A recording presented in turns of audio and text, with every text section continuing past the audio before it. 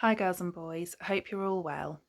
I wanted to read you a story, so I thought long and hard about which book to choose, and I finally decided on the perfect book. This book was one of my favourites when I was little, and my mum and dad used to read it to me until I was old enough to read it myself. It's a chapter book, so I thought I would read a couple of chapters a day, and maybe you could have a listen when you're having some chill time, or maybe as a bedtime story. This book is called The Hodgeheg. I'll read you the blurb. This is the story of Max, the hedgehog who becomes a hodgeheg, who becomes a hero. The hedgehog family of number 5A are a happy bunch, but they dream of reaching the park.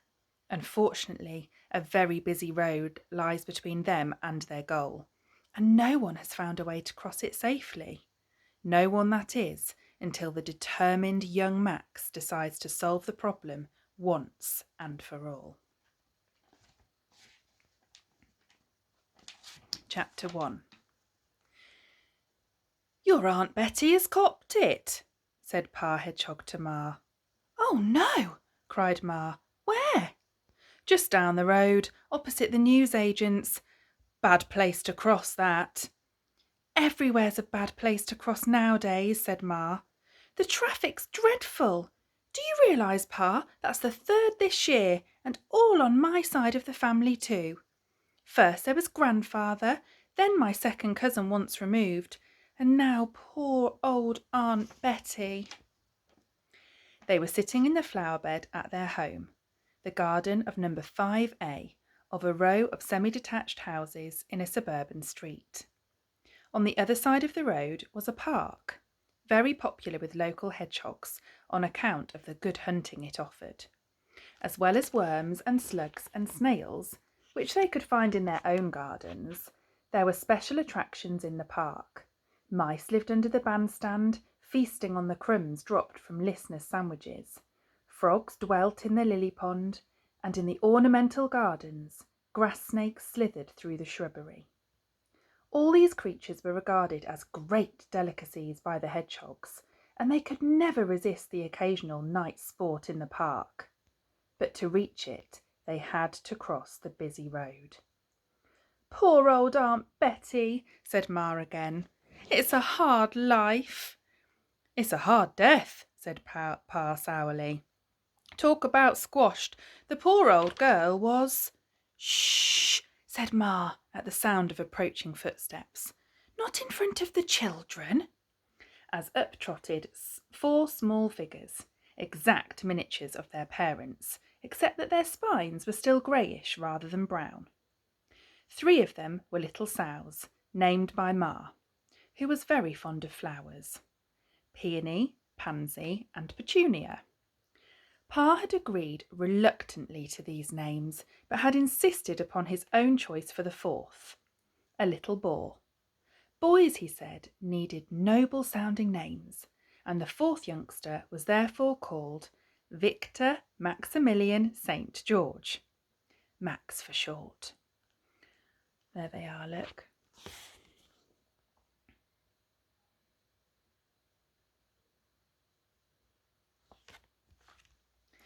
Almost from the moment his eyes had opened, while his prickles were still soft and rubbery, Max had shown promise of being a bright boy, and by now his eyes, his ears, and his wits were all as sharp as his spines. What are you talking about, Ma? He said. Nothing, said Ma hastily. You wouldn't be talking about nothing, said Max, or there wouldn't be any point in talking. Don't be cheeky, said Pa, and mind your own business. Well, I suppose it is their business really, Pa, isn't it? Said Ma.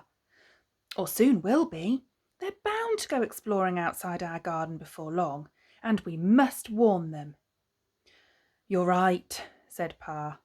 Now then, kids, you just listen to me.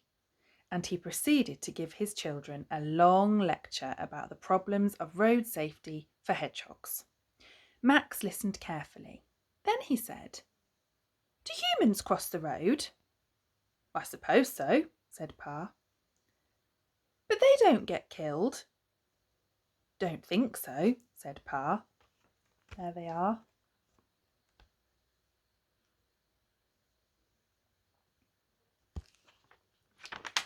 Never seen one lying in the road, which I would have if they did. Well then, said Max, how do they get across safely? You tell me, son, you tell me, said Pa. I will, said Max, I will. Chapter 2. Max began his research the very next day.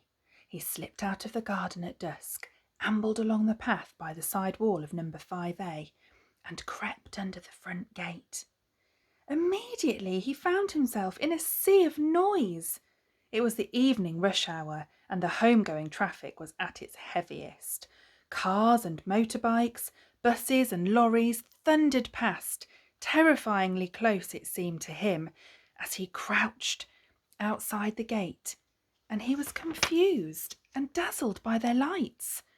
The street lamps, too, lit up the place like day, and Max, nocturnal by nature, made for the darkest spot he could find, in the shadow of a tall litter bin, and crouched there with a hammering heart. Gradually he grew a little more accustomed to the din and the glare, and though he dared not to move, began to observe the humans, for numbers of pedestrians passed close by him. They were all walking on the narrow road on which he sat, a road raised above the level of the street itself, by about the height of a hedgehog.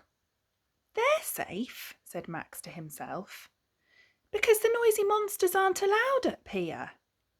He looked across the street and could see that at the far side of it there were other humans also walking safely on a similar raised road.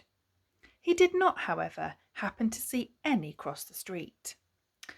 But they must cross somewhere, said Max.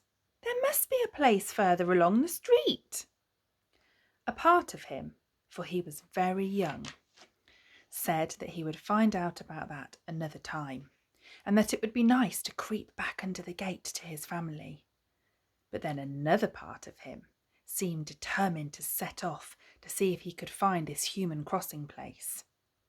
The street was on a slight slope, and perhaps because of this, Max chose to go in a downhill direction.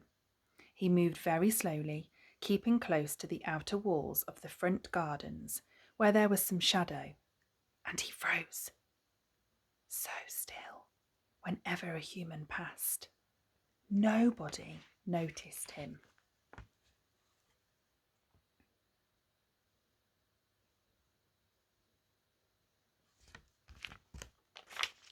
Soon the houses gave way to a short row of shops, one of them the very newsagent's which his great-aunt Betty had breathed her last breath, and here his progress was more difficult.